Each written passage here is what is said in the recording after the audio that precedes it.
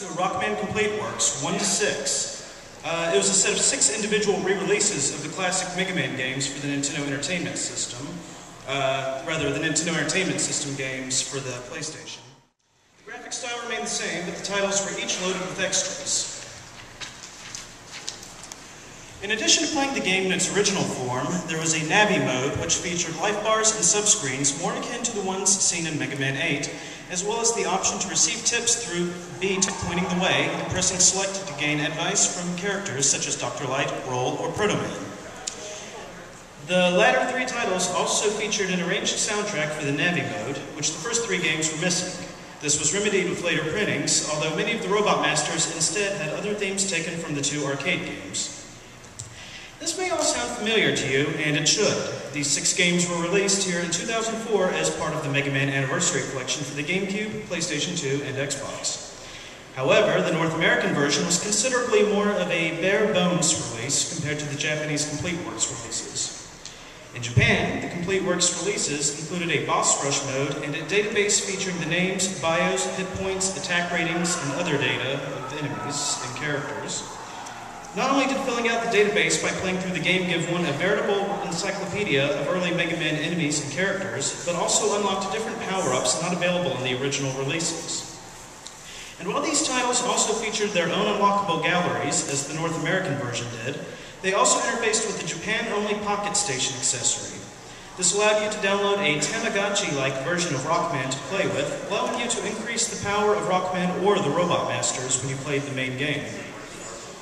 Of course, as some of you may know, the Rockman Complete Works series began making its way here earlier this year on the PlayStation Network.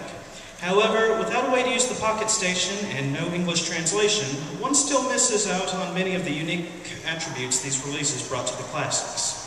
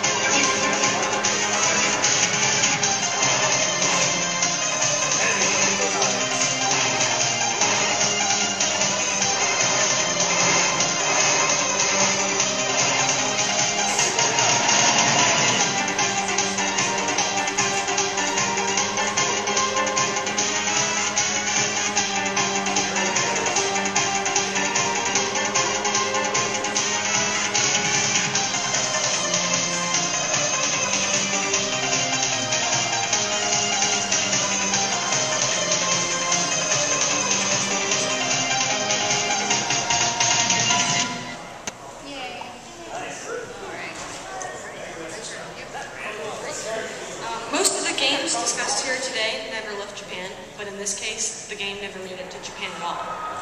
Rockman Strategy was, as the name implies, a strategy game developed exclusively for the Taiwanese PC market by Dreams Come True under the license from from Capcom. Its story is something of a pseudo-sequel to Rockman 8, with Duo returning to Earth in pursuit of a group of robot masters known as the Constellation Droids, who have allied themselves with Dr. Wily, though they did so under the threat of his death. Unlike most games in the series, Rockman Strategy features 12 Constellation Droid robot masters, one for each sign of the Zodiac, plus their 2 leaders, and Dr. Wily, and even event encounters with the likes of Base and several classic robot masters. Helping Rockman out are his brother Blues, the intergalactic police robot duo, an exclusive character named Fan, who bears a yin yang theme, and his unusual circle of friends and support units in Auto, Rush, Beat, and Eddie.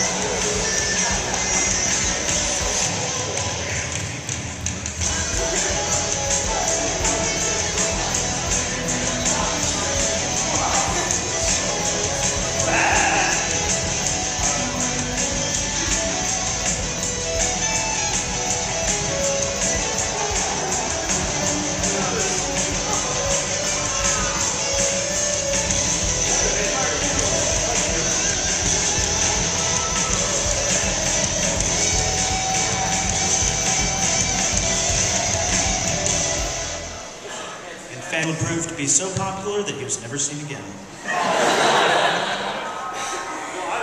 Alright, so that takes us into the EXE genre. They released 2 pretty good cell phone games that were full stories. The first of which was Rockman EXE Phantom of Network, and this game was released for a Japanese cell phone only back in 2004 and featured an all-new storyline and several unique characters. This included Mr. Hat-Man, Jamming Man, and Cash.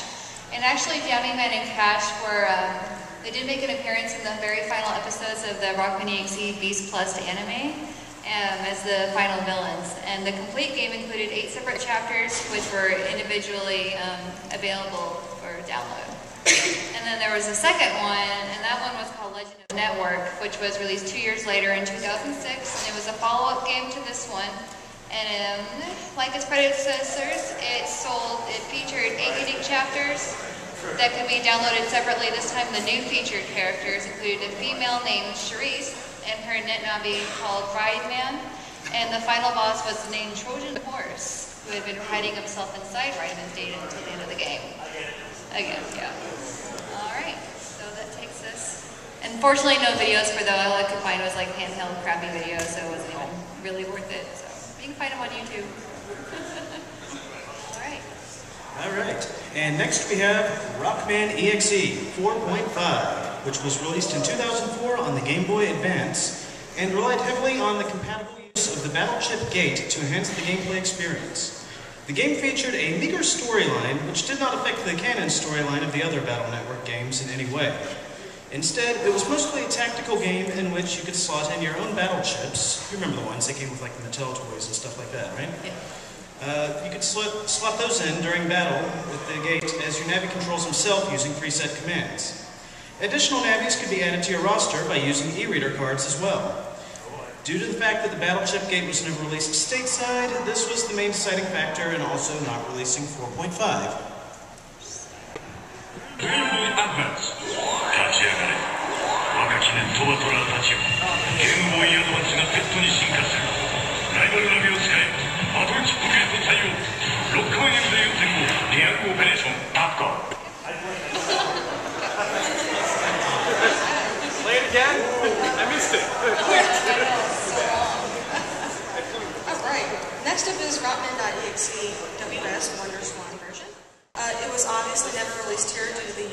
having this system at all, which is a real shame since it played out the first 2 seasons of the anime, rather than going off the game's canon storyline. This was laid out as a platformer, much like Battle Network Transmission for the GameCube. Also note this game was produced by Bandai rather than Capcom themselves. There was one other WonderSwan Color EXE game, which was titled N1 Battle. However, that entry was ported to the GBA and renamed Battle Chip Challenge, which did see a US release.